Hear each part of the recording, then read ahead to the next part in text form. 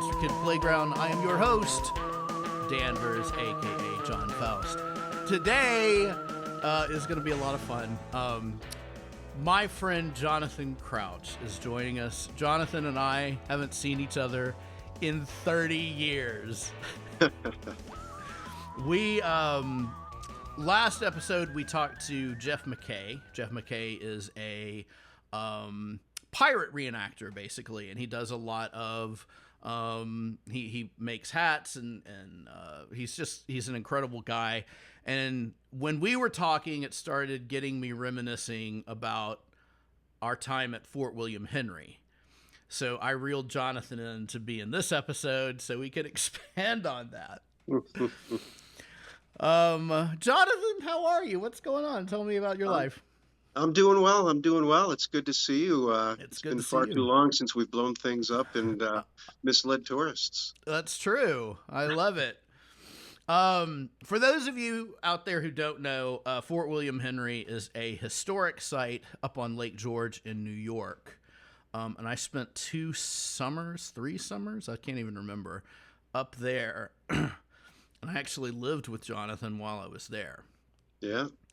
I remember getting the job and then having to try and find a place to live. This is before I even met you. And my friend who I went to college with actually kind of helped me get all of that taken care of. So she I guess, this is pre-internet days. So she goes through and gets like a listing and gets me a room to stay in.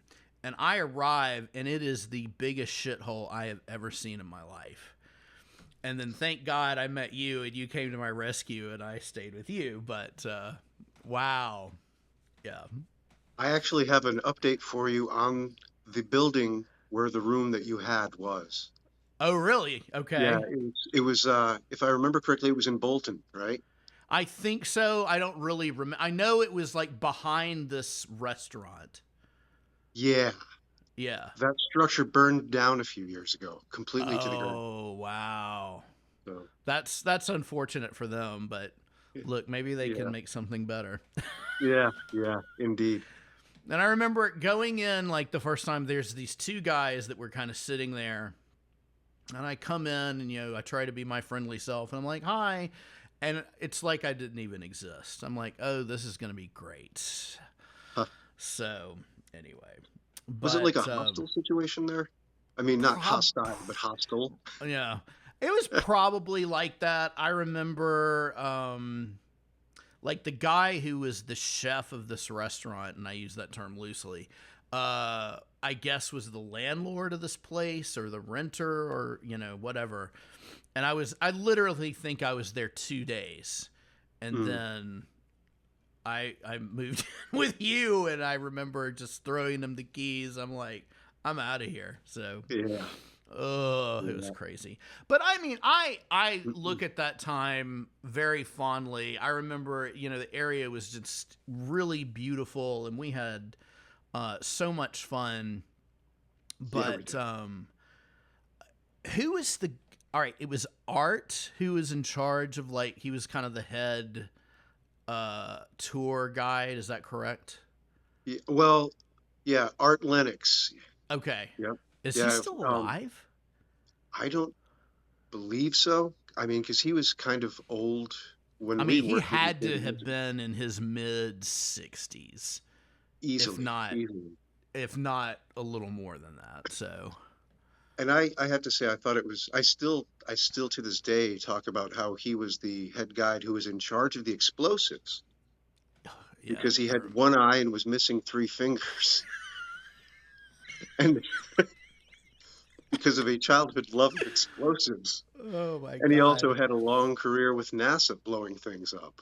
Yeah, I forgot about the NASA part, but yeah. Yeah. So. We would do demonstrations of a cannon and the musket, and my favorite was we would do a grenadier impression. Firecracker. And it was like a bocce ball, and it was firecrackers in it. And I remember our game was trying to get just as close as we could to the tourists, but still be safe. Oh my Was it, God. do you remember the tour? I think I was the one that threw it and it landed on the wall and it was Oh rolling around God. the tourists' feet, exploding. And they were all jumping around trying to get away from it. I Uh, can't imagine they still do that anymore because the liability and just the uh, way the world is now. Oh uh, my God. yeah, I mean, those were the days. I mean, I remember hearing the stories about how the cannon charges used to be in historically accurate linen, and then they decided to change that Oh because man. flaming linen flew out of the gun and set someone's convertible on fire. Right. Because like cars, the parking lot was literally right below where the fort was, and the cannon would fire out, and it was Yeah. like what did they do? Wrap it in aluminum foil so it looked like a baked potato. We were putting in the thing. Yep. Oh Yep. my God, it Which, was so funny. I'm yeah, gonna have to come back up there, kidnap you for a couple of days. We're gonna have to go back into Fort William Henry, and I still have a spare room. Come and stay. We'll go do a tour, oh God, that would be so much fun. and then we'll get up to Fort Ticonderoga too. Okay, that sounds great. So I'm in graduate school right now at Emerson University in Boston. So it's a distance learning thing. It's like a low residency is what they call it. So like Okay. twice a year, I go out there. It's a writing for TV and film. So I go out to Boston in August, and then in January I go to LA. I go to their campus in LA. So we don't have to be frozen. But like one of these times I can plan it, maybe not this year, but next year. I can plan it so that if I'm going to Boston, I'll just take a train into New York or up to Saratoga. Is that where it is? Yeah. Yeah. Yeah. Um, You could take it even. Yeah. or Or rent a I could car come or grab you. something. But yeah, Boston's just a few hours away. So yeah, that'd be awesome. That'd be awesome. yeah. I'd love it. Yeah. Um, so one of my fondest, maybe not fondest memories, but I remember speaking of this damn cannon. Um, this was in July probably, and we shot that thing off, and then a few minutes later this woman comes up and goes, the fort was on fire, or the fort's on fire. I'm like, yes, the French actually did try and no. She's like, no, the fort is on fire right now. And I'm like, oh, okay, well, let's get the hell out of here. Oh And man. then I remember I've still got pictures of this. Um, the fire trucks came in. It was this whole thing, and it was Uh, crazy. But many good memories there. that's crazy. Geez, I remember the time that we were. Did you join us on the when we all piled onto the golf cart that they used to get around the grounds in full battle dress to go requisition supplies from the Kentucky Fried Chicken? I am almost certain I did. Yes. Yeah, I think we rolled down the beach road in front of Yeah. all the tourists on a golf cart with bayonets fixed. That sounds like us. It Absolutely. does. We were hungry.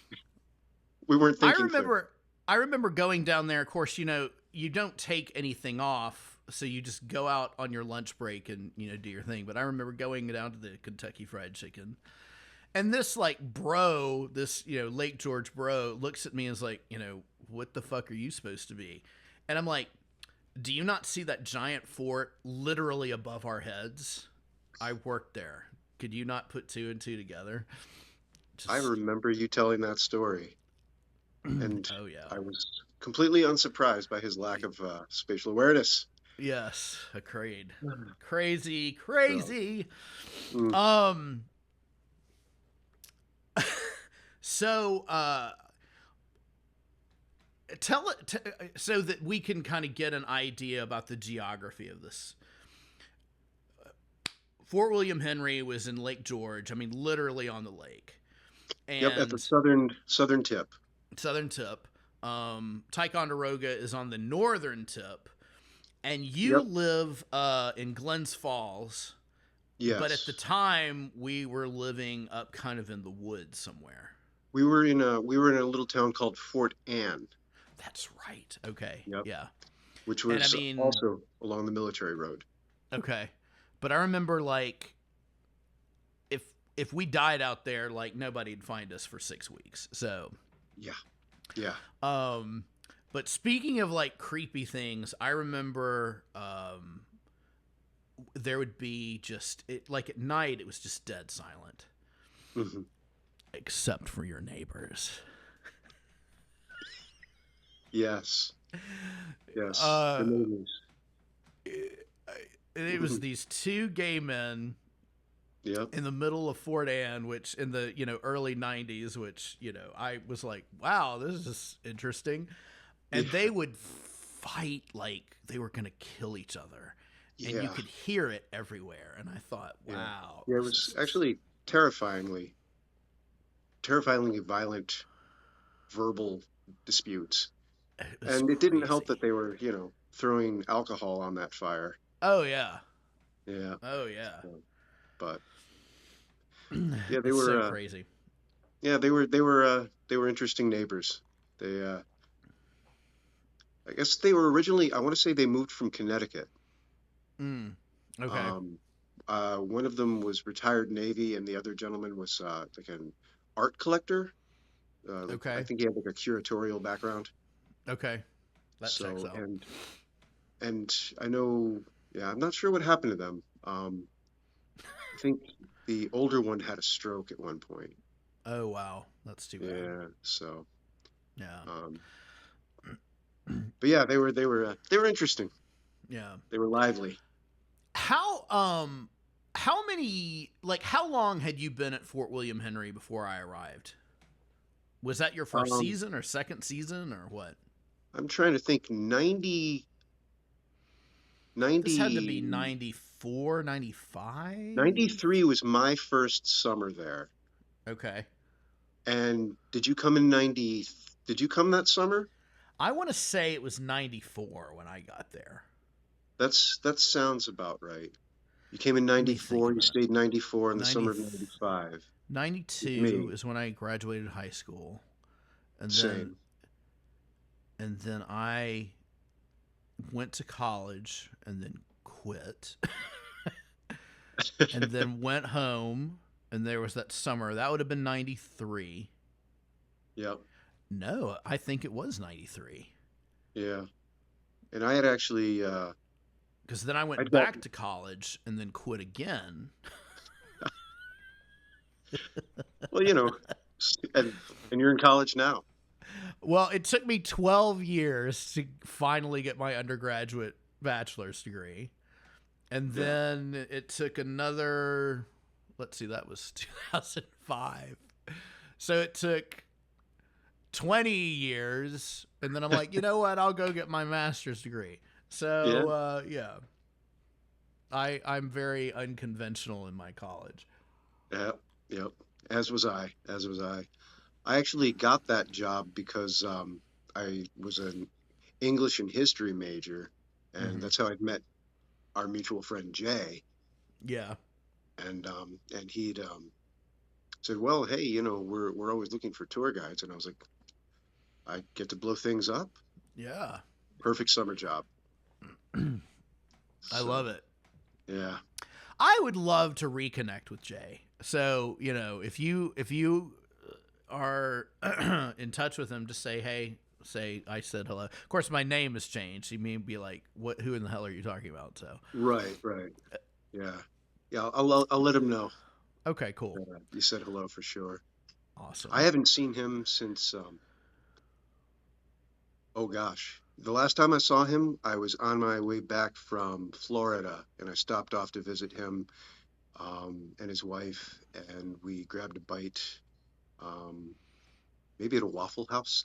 No fights broke out, but Nice. yeah, it's been 14 years since I saw him last. Wow. Yeah. Yeah, I don't think I mean, I am sure I saw him in Williamsburg, but I mean, it still was the mid to late 90s, so Yeah, because um, that's where he met his wife was there, and then yeah.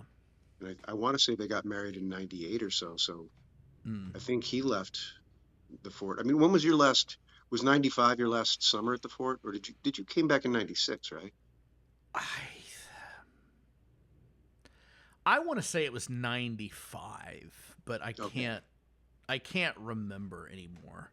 Yeah. Um, but that sounds about right. Yeah.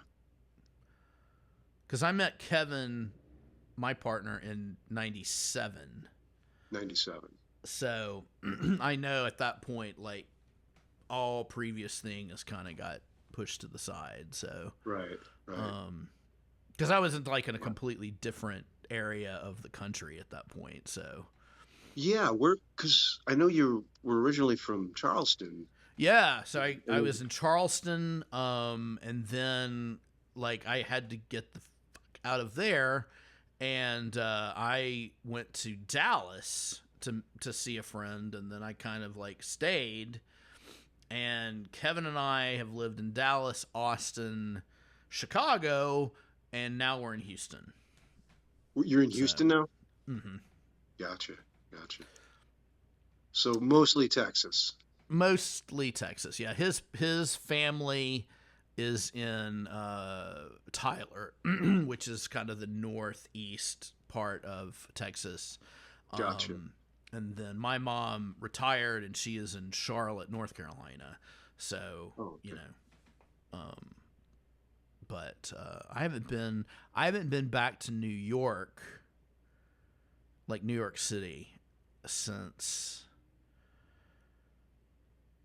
I cannot remember, but I remember being in New York City probably. Well, I lived there in 2001 because the terrorist attack happened while I was there, and then I Yeah. hadn't been back for a while, and then the iPhone was invented, and then I went back, and of course, in my mind, everything is like the way it was, but everybody is like looking at their phone and nobody is Mm, paying attention to anything around them. And I'm yep. just thinking to myself, I could rob you blind right now and you wouldn't even know it. Yep. Yeah. So fun. Yeah. Yeah. It's probably better that we didn't have smartphones when we were doing our work. Oh my God. Can you imagine? Oh man. Uh, Bob. Uh, So, um, uh, so like, whether I was there or not, like, what are some of your crazy memories from that time? oh boy. Well, some of the craziest, as far as like stuff that we did that was incredibly dangerous. Oh, sure, yeah, that's always fun. I remember we'd gotten a sturdy piece of cardboard tubing, and we thought that, duct tape, cardboard tubing, and our engineering skills. Yeah, I remember Jay got it in his mind because there was, if you remember, next to the fort was it had been I don't know how, it probably went back to at least the 1920s. There was an abandoned at that point um, kind of carnival grounds called Gaslight Village. It was yeah, kind of a swampy, overgrown, you know, yeah. kind of spooky carnival area. And we decided to practice. Basically, made a mortar with this cardboard tube, and our endless access to black powder of To black powder, yeah. uh, and surprisingly, that thing didn't blow us up or maim us. We all kept our fingers and limbs and eyeballs. But I remember, I look back on that and I'm amazed that we were able to make that and launch our experimental projectile into the abandoned grounds of Gaslight Village and not get arrested, not get injured, not get fired, and not get Yeah, discovered. right. Um, Oh my God. and I remember the time that we figured out that the diameter of a 6 pound field cannon is roughly that of a tennis ball. Yep. So that was a fun day. Oh yeah. Oh yeah. I I also, remember Jay would like. Of course, we would elaborate on certain historical aspects of things, but yes. Jay loved to do this. So we would be up, on the parapet with the cannon and describing all of that, and Jay would say some. Oh, I remember what it was. He's like, please no smoking up here because we're sitting on top of enough powder to like make a crater, so and so big and so big. And I would just look at like the Karens of the crowd and they just would be like, what the fuck? It was just hysterical, some of the shit that came out of our mouth. Well, the best part for me was when Jay would remind people to extinguish their cigarettes while puffing on a clay pipe the whole time.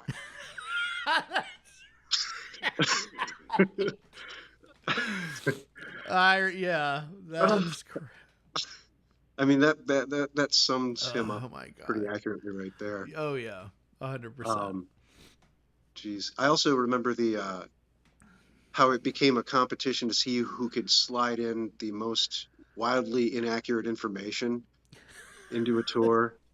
Um, like, describing the slow match used to touch off the cannons. And it's like, well, it's a piece Yeah. of cotton or hemp fiber that's been soaked in a saltpeter and water solution and allowed to dry. And then once dried and lit, it burns many times hotter than the sun. And people were like thinking about it. They're like, that is incredibly hot. Yes, it's very hot. And it's stored in a steel container right next to your skin, basically. So yeah, that's a great thing to do. Oh, good Oh my time. god. I remember, so at the end of the tour, if you remember, we like would pour molten pewter into a mold and make a musket ball. Yep. And of course it was lead-free pewter, but just out of precaution, I guess. Yeah, and we would usually hand one to a kid in the audience, but we're like, please don't put this in your mouth. There could be traces of lead, who knows. And of course, Yeah. the first thing this one kid does is he pops it right into his damn mouth. And this mother just like smacks his head and poof, and it like really rolls back towards me. I'm like, oh, great, thank you. Yeah. Yeah. Well, do I you? go ahead. I'm sorry. Oh, no, no. Do you remember, were you there the day that one of the cannon charges had not gone off properly and it had been wormed out of the gun? And because the appearance of densely compacted after it had been rammed into the gun, the cannon charge was very dense and heavy, but still aluminum. So it had the appearance of the pewter that we used to make the lead musket balls from. Oh my god. But it was in I fact an explosive. And oh my somehow, I god. don't know who was responsible for this, but the wormed out cannon charge had made its way to the musket ball molding demonstration table, and somebody saw it. And Jay was doing the tour, and I'm not sure who was doing the demonstration as Jay was explaining it, but they saw this. They thought it was, some extra slag to be thrown back into the pot to melt down and make more musket balls. And Jay just happened to turn around and realized, no, that was wormed out of the gun earlier today. That's a cannon charge. And it went into what, 900-degree Yeah. easily. And Jay said that, by the time he turned and he was like, no, it had exploded. And, he turned like it was as horrific an experience as you can imagine. I mean, I'm Children and sure women were screaming. molten pewter went I mean, oh my god, no, I wasn't there when that Yeah, happened. that was I don't know how many lawyers it took, but it was never discussed. Oh and my I'm sure some God. checks were written that day. I'm sure. Yeah, Oh my God. yeah. I So make sure. I uh um I can't imagine that half of the stuff that we did. I bet there isn't a musket ball demonstration anymore. Not like that. There can't be. It's too dangerous, too hot. I remember the stupid, silly little jokes that were incredibly hilarious we would play on each other. And somebody, we'd had that little bucket of water that we would cool the musket balls down in before we Right. would pick it up and show it to people. Well, somebody had emptied that bucket and put in a potted flower in there. Oh my So God. it was just, a dirt. And so I can't remember whoever was doing the demonstration saw that they had no water to dunk the musket ball in, so they just kind of put it in the dirt and rolled around to try and cool it down. Oh my God. I don't know how much longer So that takes to insane. cool down the musket ball, but Well, probably a while, but oh my God, that's so insane. And they would loop. So this was 93. Last of the Mohicans had just come out.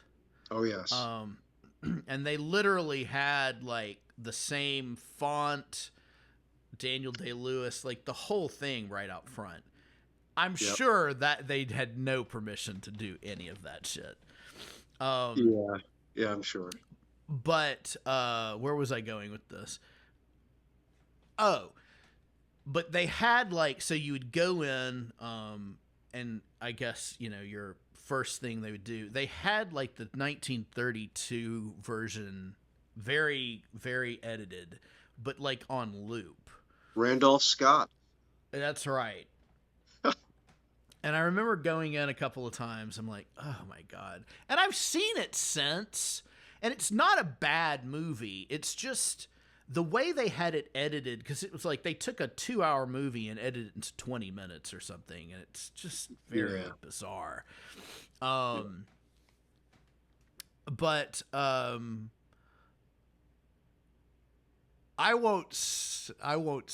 not going to say that. Just when we. When we finish and I say goodbye, don't hang up, because I've got something I got to tell you, but I I cannot say can't this wait. I cannot say this publicly. Um, Oh boy.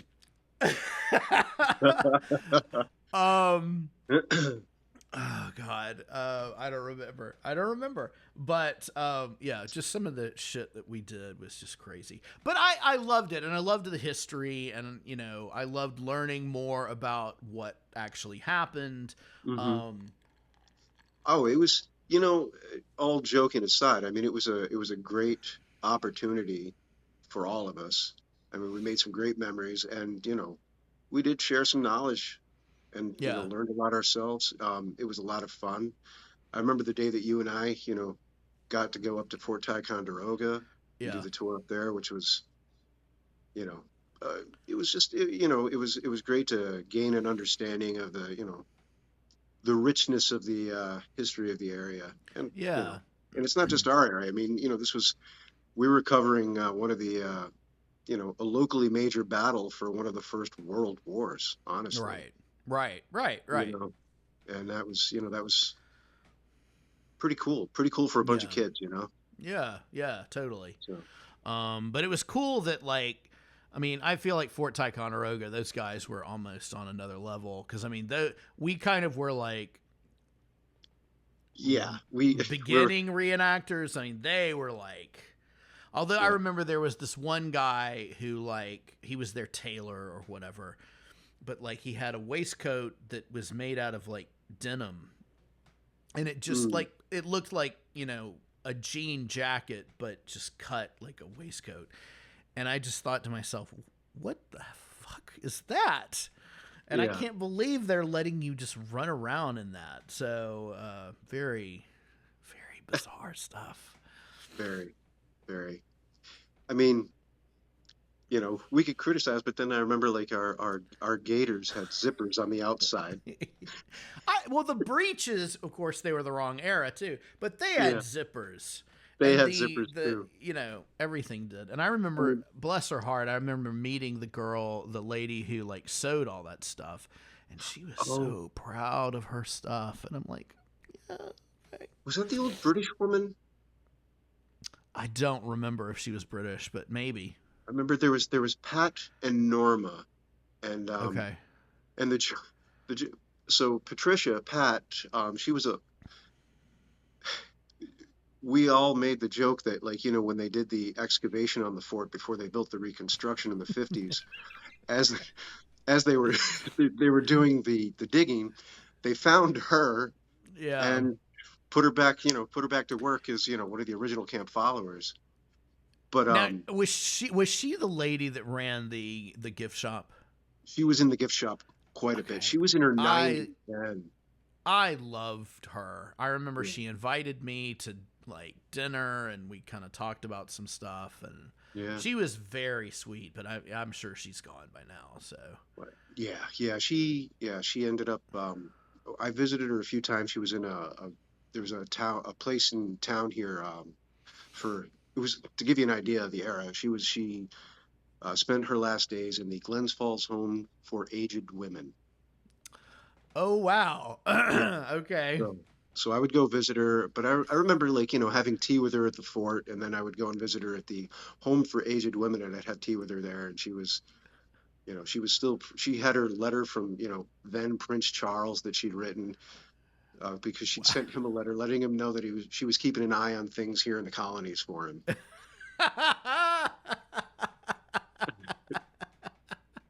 She was a very sweet woman. That's hysterical. Oh my god.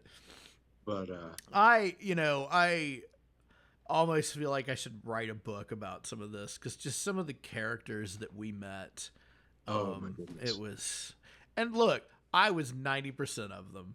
Oh, we all were. We all were. Uh, Oh my god. the Um, so we talked a little bit about this before we started, but tell the story about the grenadier. Yes. So one of our coworkers in those summers was a man child by the name of Ben Kloss, who was, I mean, he was well over 6 feet tall. He must have been close to 300 pounds, and he was 16. And he was, he would have been a great grenadier himself. And he had gone to Bennington, Vermont to do a reenactment with, I believe he'd gone with his father. And it was the Battle of Bennington, and they'd done their encampment. And there was one morning he woke up very early. He said no one else in camp was stirring, and he just woken up early, decided to go for a walk through the camp and check everything out. And it was kind of a foggy, misty morning. And as he was walking around the grounds, he saw a grenadier walking towards him through the mist, of course, in what he described as the most impeccably accurate period clothing. Um, and he said he was very, taken aback and impressed with that. And then as the figure grew closer, he became even more and more impressed with the wounds that, the gentleman had. And he said that he even he asked him, he's like, wow, how did you do your makeup? Who did your makeup to do it so well? And he said he just kind of gave him a blank stare and just continued walking past him. And then when he turned around, he said he was no longer there, and Yeah. he felt the chill and went right back to his tent. Ooh. Yeah, Yeah, that's creepy. yeah. Um, I about midnight when I should be like, let's go to bed, but instead you go down the YouTube rabbit hole and you Mm, start watching ghost videos from like everywhere. And yeah. I came upon, I don't know if this was on TV or on YouTube, but there was this thing, we'll say it was at Gettysburg. I don't remember exactly what battlefield it was, but you see these ghosts, quote unquote, like kind of floating up into the trees, and you've got some guy, with a handheld camcorder, doing all of this. So who knows? Wow. Who knows? Wow. Crazy. Yeah.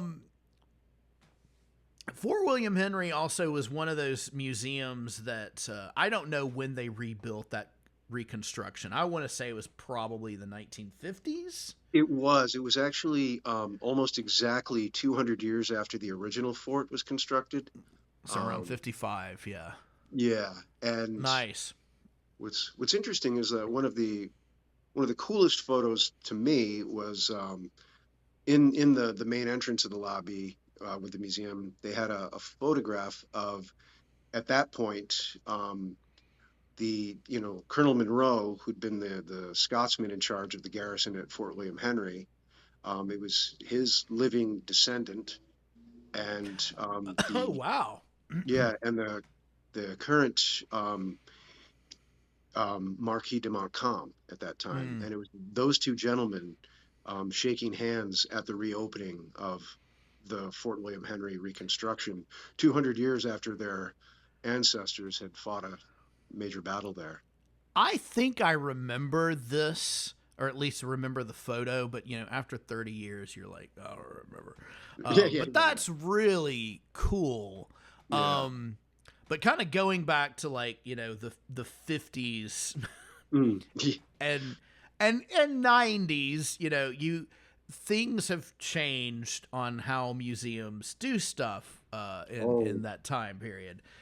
But I think this was before my time. I think that it was gone by the time I arrived. But wasn't there like a skeleton on display forever? I'd heard that there was, yeah. Okay. There was a skeleton along with a lot of the bone fragments that had been found during the digs because they'd done several digs over time. They displayed these human remains in the museum. It was a different era. Yeah. Kind of wild to think about.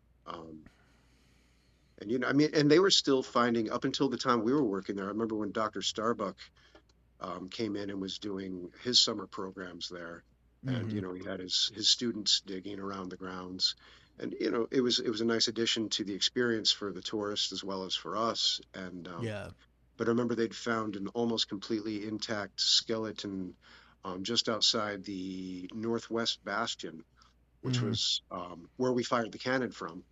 Right. And they'd found the skeleton there outside the fort walls, and I remember seeing these remains of what they estimate to be probably 14 to 16-year-old kid who'd been on one of the cannon crews. Yeah. But so crazy. Yeah, and you remember the parking lot behind the fort where we parked every day? Oh yeah. That was the graveyard. I remember that. Yeah. I mean, it largely, unresearched, nobody'd done any work there. So, I mean, they'd paved over. It was just paved over, yeah. Paved over, and we were parking on it, which is so crazy. It is very crazy. I'm surprised that thing, because it was made out of telephone poles. Highly flammable. Highly flammable. But that's my point. I'm surprised the whole thing hasn't just burned to the ground at some point. Oh, my goodness. I mean, I would hate for that to happen, but at the same time, like, maybe they could reconstruct it more authentically. So, yeah. But it's just one of those things that those like little benchmarks in your life. Like this was cool. And I've gone on to do other like tour guide type stuff. When we lived in Dallas, I did the JFK assassination tour. Oh wow! And we'd go through Dealey Plaza and I would give that information. So at Fort William Henry, we had other reenactors and historians come through, but for the JFK tour, it was like we had a lot of conspiracy theorists, and they Oh, were just fucking crazy. Some of these oh people. my gosh. That's, Um, I can't imagine. I had a couple, two separate times, but I had like a couple of ladies come in. And this one lady, I would do my spiel, and we would be standing at Dealey Plaza, and people would be taking their pictures and doing whatever they're doing. And she looked at me dead in the eye, and she said, "You know what really happened?" And I'm like, "Oh, please do tell." She's like, "It was aliens." And I'm like, "Okay, Kate, crazy, sure, aliens." Aliens. And then another lady was like, "I bet this was Obama's fault." And I'm like, Obama was like 8 years old when this happened. Thanks, So, Obama. thanks, Obama. Just some of the craziest shit. But like similar things would happen at Fort William Henry. There was this guy who was he had one of those sutlers, those guys that would make clothing and sell shit to you at reenactments. And he was very full of himself. He's dead now. But I remember coming in, or he came into the front desk and got his ticket. And of course they had ordered shit, little hats and whatever for us. And he's like, "Why are you wearing a Revolutionary War era hat instead of a French and Indian War era hat?" And I'm just like, I did not make any of these decisions. So, but just some of the nitpicking crap that people would do. I'm like, I'm just an employee, my friend. I don't know. Yeah. So, oh yeah. And yet I would find myself doing a similar thing when I remember on a rainy day we decided to put in the modern version of Last of the Mohicans, and we were nitpicking the fact that the Grenadiers had bearskin on their caps, and that was that wasn't a thing yet. Oh yeah. Just but yeah, people are funny. I would watch that movie a billion times because it's like that was the only quote unquote authentic movie at that point. Now we have this deluge of period movies and but I think it kind of set the standard from like those old kind of campy stuff to okay, we're really going to do some research and make this look good. I mean, and that's kind of the standard we have now. So actually have indigenous actors playing indigenous roles. Right. Paying attention to what the era was, I mean, even if the story's made up, the time wasn't. Right. Right. So, and I thought that was really driven home in a powerful way in that movie when, in the scene where he's defending that messenger, he's protecting him as he's running through the woods to get the message to Fort Edward.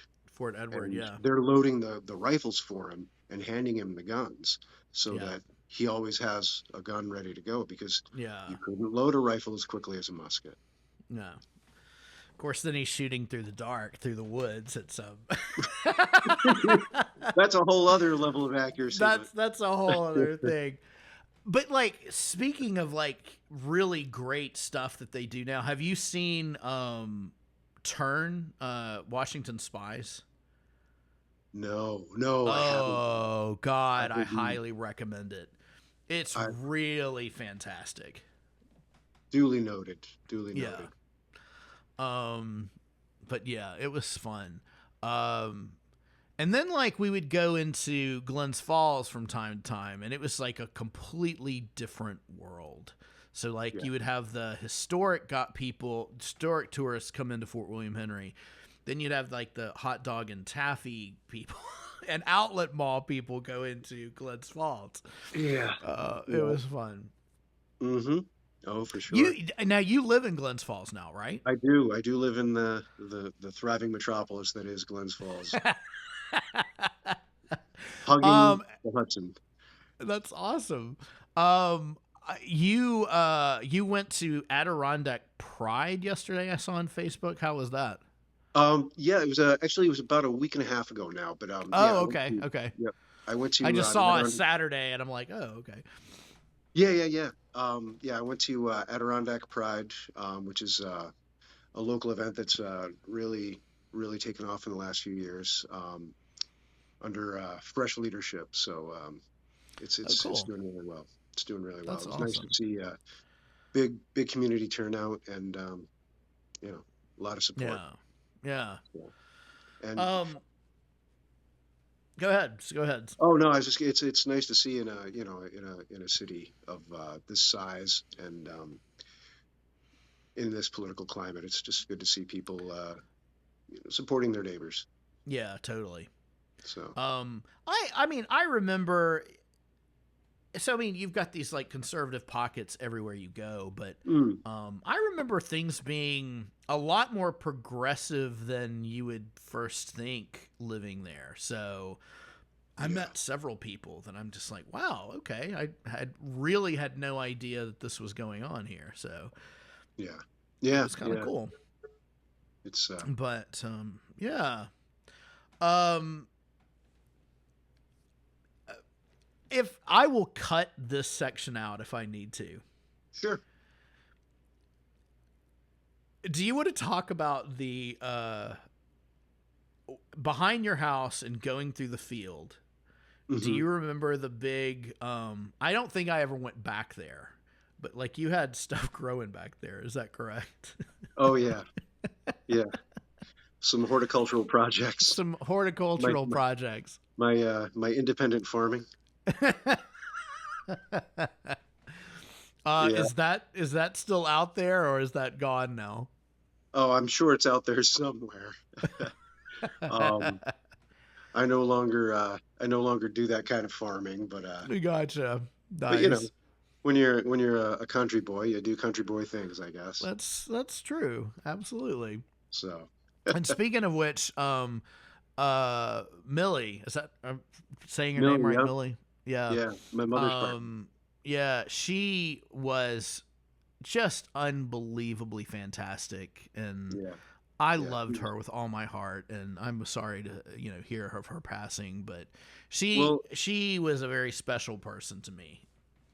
same. And I know she loved you very much. She Yeah, always I told me. wish I had stayed in better touch, but pre-internet, you'd write a letter and like, things would. Who the hell has time for that? Well, she no, she even after the strokes, like the way the strokes affected her, she had very much affected her current memory. Like, so she Yeah, couldn't make new memories, but so conversations were very circular. yeah, Um, but her long-term memories, I mean, untouched and yeah. impeccably intact. And she would always ask about you. She would always Oh, ask that's how you were sweet. doing. Yeah, no, she was a great woman, and I mean, honestly, I mean, it was, my appreciation for history in a large part came from her. She was, history buff doesn't even come Yeah, close. yeah, yeah, Um, so, and she was just a great woman with a big heart, yeah, as you know. yeah. So, Of course, yeah, she was very sweet. I loved her yeah, to death. I guess I should give some context for people listening to that, but yeah, we were living with her, yeah, during that time. So, yeah. and And she Millie was my took me mother's in. partner, and my mom was hospitalized at that point with an MS. So Mm. my mother had, you know, I'm not sure I knew all of that. yeah. So Like partner? is yeah. I mean, as much as you can or could have been, in the 70s and 80s, Yeah. for two women. Um, I'm not sure I knew all of that. yeah, So, yeah. So they had a very tempestuous relationship. That was, mm, because my mom was a drinker, Millie was not. yeah. Um, so it was tempestuous in that regard. But And then, with my mom's MS, honestly, my mother had gone into a nursing home uh, just like probably like 14 or 15 months before you came up to Fort Anne and Mm. Lake George area. And so, and I, that was really tough for Millie and I to be taking care of my mom and then have to make that decision. Yeah. And so, Millie was, she was my other mother. She was very much a Yeah. mother for me. So, Yeah. God, I hope I wasn't imposing. I don't know that I knew all of this, and if I did, I was probably too young and stupid to realize what oh, was going you on. never, But you never met my mother. So how you probably right, wouldn't have put it together. yeah, Yeah. And, well, it was still very fresh for Millie. So, and sure, she was very Scottish and Norwegian. So she didn't talk about a lot. yeah, okay, all right. Well, So, anyway, but yeah. she was fantastic, and I loved her. Yeah. Speaking of, this is a bizarre segue, but speaking of drinking, I celebrated my 21st birthday with you guys. I remember that. And I was so freaking proud. I like had my little driver's license and I was 21 and of course I looked like I was, 10. And I Yeah. think we hit several grocery stores cuz we just kind of like let's go get some stuff and, one place didn't have what we wanted so we went to the next or well, I don't know what it was. Yeah. But I remember going into this the store and I'm sure we probably got some beer. But this curmudgeonly old lady checked me out. And I mean, she's like, "Can I see your ID?" And of course, I showed it to her, and I'm just as proud as I can freaking be. And Yeah. she wanted so badly to be like, "I'm not going to sell you this." She wanted it so bad, and she couldn't do it. And I remember she given me back her license, and she, rang me up, and she's like, just to get the last word in, she's like, "Wait till you get home." And I'm like, fuck you. What do you think I'm going to do? Go out in your parking lot and just become a hooligan? I'm like, Uh, but I mean, she was such, I will never forget that. She was such a, such a bitch. And I was so proud that I'm like, come on. Not that like I like ever I was never the kind to have a fake ID and I never tried to like put one over on anybody and I never, but I waited my turn and when my turn came and like I could buy beer legally, yeah. I did it. And I was so proud that I was 21 and da da da and all that shit. And then She you've was got trying to take it away from you.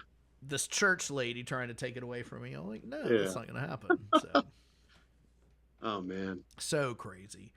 Yeah. Yeah. Jeez. Um, what else? Tell me a little bit about like what's happened in the last 30 years. I see some guitars and stuff behind you. Oh yeah. Yeah. Yeah. Are you are you in any kind of band or anything or what's going Not on? currently. Not currently. Okay. I've always played music and I've been in a bunch of bands over the years, but Yeah. not currently in a project. It was fairly recently. There was a band that I'd been in for a while. We taken a bit of a hiatus and we were in the process of getting things back together, but you know, sometimes Yeah. lifestyle determines death style, and Believe me, I so know not all that. of us are here to play music anymore.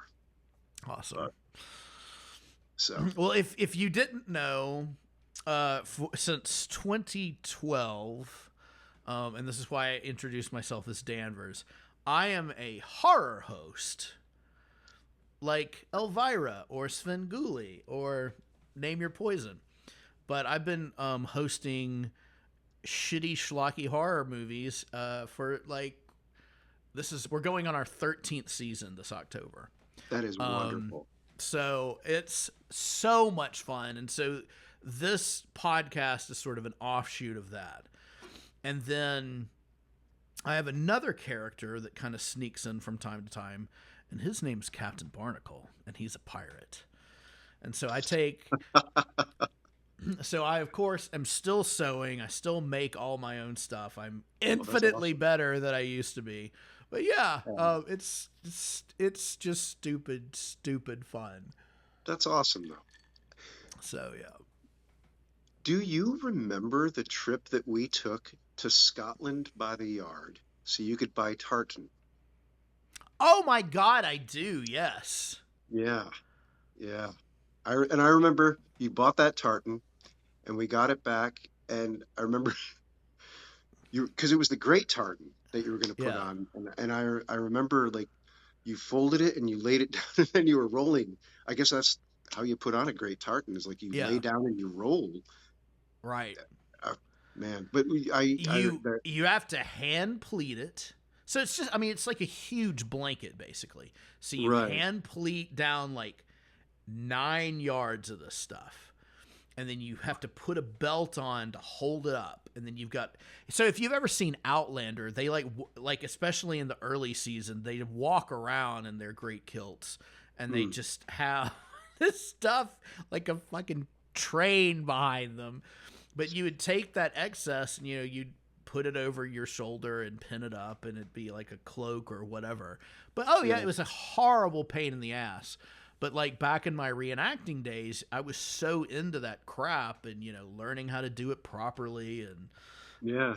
so Well, I remember, yeah, I remember that tartan, and I remember you doing a lot of your own tailoring and everything. And mhm. yeah, And I was still learning how, not so much how to sew, because I kind of had that down.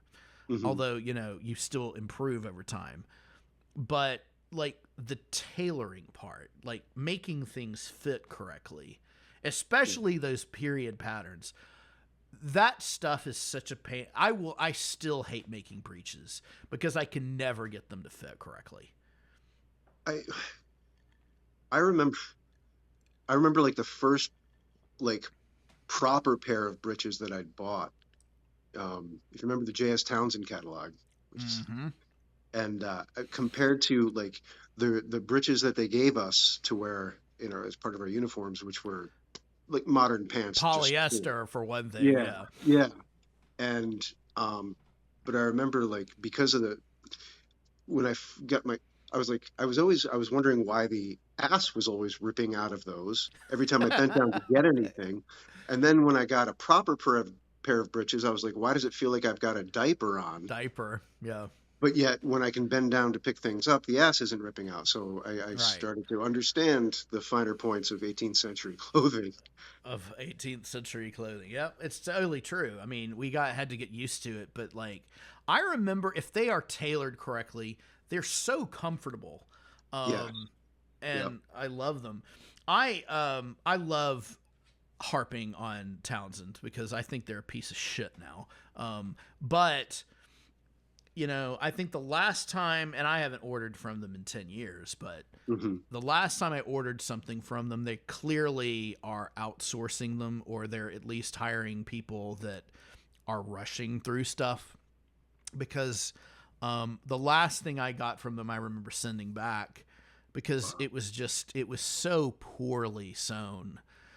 Wow. And I think it was a shirt or something, but I'm like, I can do better than this. Yeah. Um, so yeah. Well, that's Um, too bad because they were high quality for a while. yeah. I I would look mean, forward to getting the seasonal catalog. yeah. I mean, it was a lot of fun, and back, back in the '90s, I think before they blew up on YouTube and all of this other stuff, Yeah. they were great. And then they started doing some Regency stuff, um, or I guess War of 1812 stuff, depending on Mm, your poison. But right, like, right. I would look at their just some of the choices they made in the pattern and how things button up. I'm like, what are you guys doing? It would never have worked that way. Yeah. So anyway, I'm sure Mm, it's a cost cutting measure, yeah. um, but a So, lot of those, like a lot of those old suppliers, I mean, they're gone now because I'm sure they were probably a family run business and people die or they retire or they just get sick of it and they're like, there's no yeah. money in it. But like Yeah. I remember a lot of those people that we would buy from regularly, they're all gone. Every one of them. Yeah. Jeez.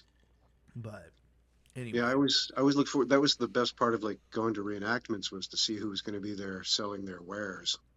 You know, And because I'm sure there's a whole new crop of people now, so, yeah, but yeah, I haven't done any reenacting. Oh, it's been 20 years, I'm sure, cuz same. I I loved it. I love doing the historic research and I love the theater part of it. But there Hmm. came a point where it just became like I do not mix with these people, and a lot of them, especially when I was like I don't give a shit if anybody knows I'm gay or not. Right. They like some of them actively just didn't want me there. And I'm like, fine. That's fine. Wow. Yeah. Wow. I I feel like there's probably a very the Venn diagram of like, reenacting more conservative values. It's Right. like, and I think it has a lot to do, whatever. I think it has a lot to do with the longing for a bygone era that wasn't actually like they imagine it was. Right. Right. I mean, Right. do they think that, alternative lifestyles, whatever you want to call it, didn't exist back then? Right. Just because, it's very strange, and like that, there's a strange conservatism that idolizes the past, even though Yeah. it's not necessarily rooted in reality.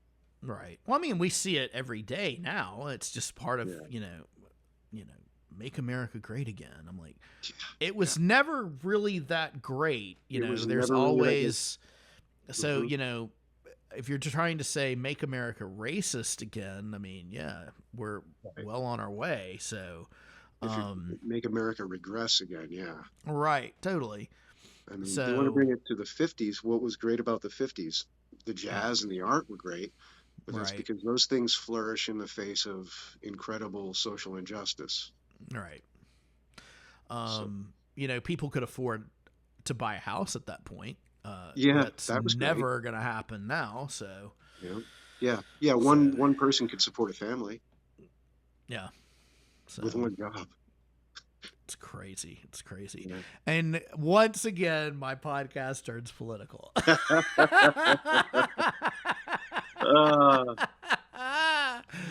Uh, just two Oh old my friends having a God. conversation.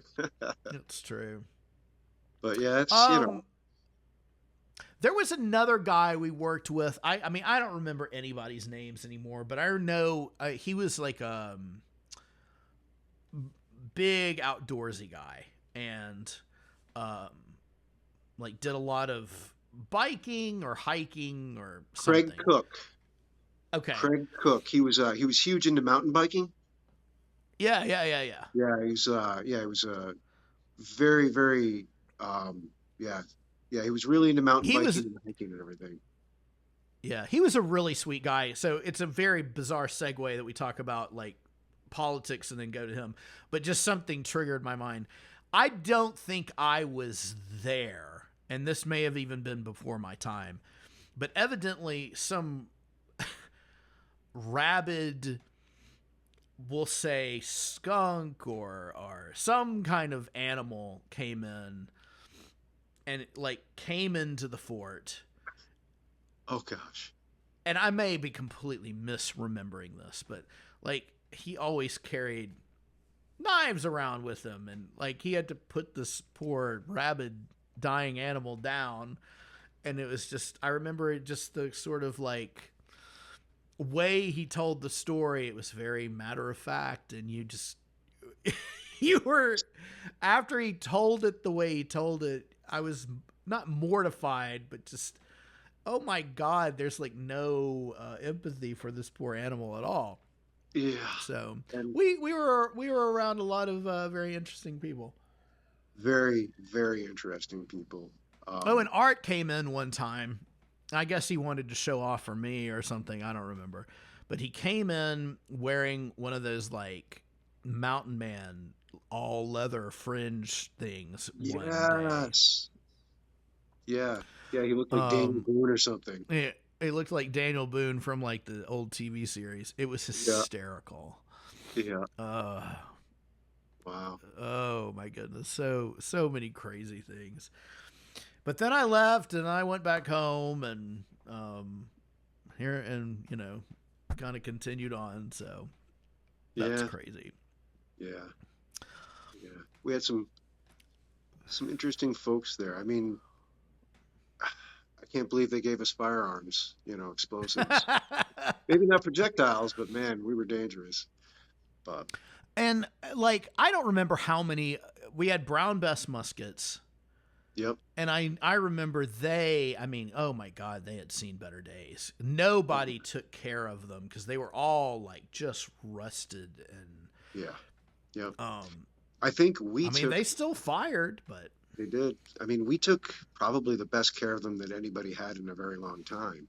Yeah. I mean, and I don't remember the I don't know if he was a manager or exactly what his role was, but I mean, he was like maybe a year older than we were, and he was very full of himself, and he was like that typical like bro kind of thing. Yeah, I know Jeff. But he would, I heard stories like he and his drinking buddies would come into the fort like after hours when everybody was gone, drink beer, and they'd shoot off muskets. And then we'd come in the next morning and like, why are these so dirty? So, yep. Yeah. Jeff and Steve were both the managers. And, I mean, you want to talk dirty laundry. Apparently Dawn, who was, the overall manager, for us, she was my understanding was she was having an affair with Jeff, and that's why he got away with so much. Yeah, I've heard that story too. So it must be true then. We both heard it. Yeah, we both heard it. Oh goodness, I think the statute of limitations on all of that is well past. So, but any kind of slander, but. I also have a doubt they're ever going to like listen to my podcast. I think we're safe. I think we're safe. Oh my goodness. But oh my God. Well, on that note, I guess we've been talking for, almost an hour and a half. So we'll put a pin in it there. You're welcome back anytime. But yeah, but it's been fun kind of reminiscing about our tour guide days 30 years ago. So awesome. Our tour misguided days. Our tour misguided days, exactly. Well, guys, Jonathan, thank you for being my guest, and this has kind of been a selfish episode because it's been more about us catching up than telling spooky stories. But hey, it's totally fine. Let's do another one after you come back and visit. Yeah, absolutely, that would be great.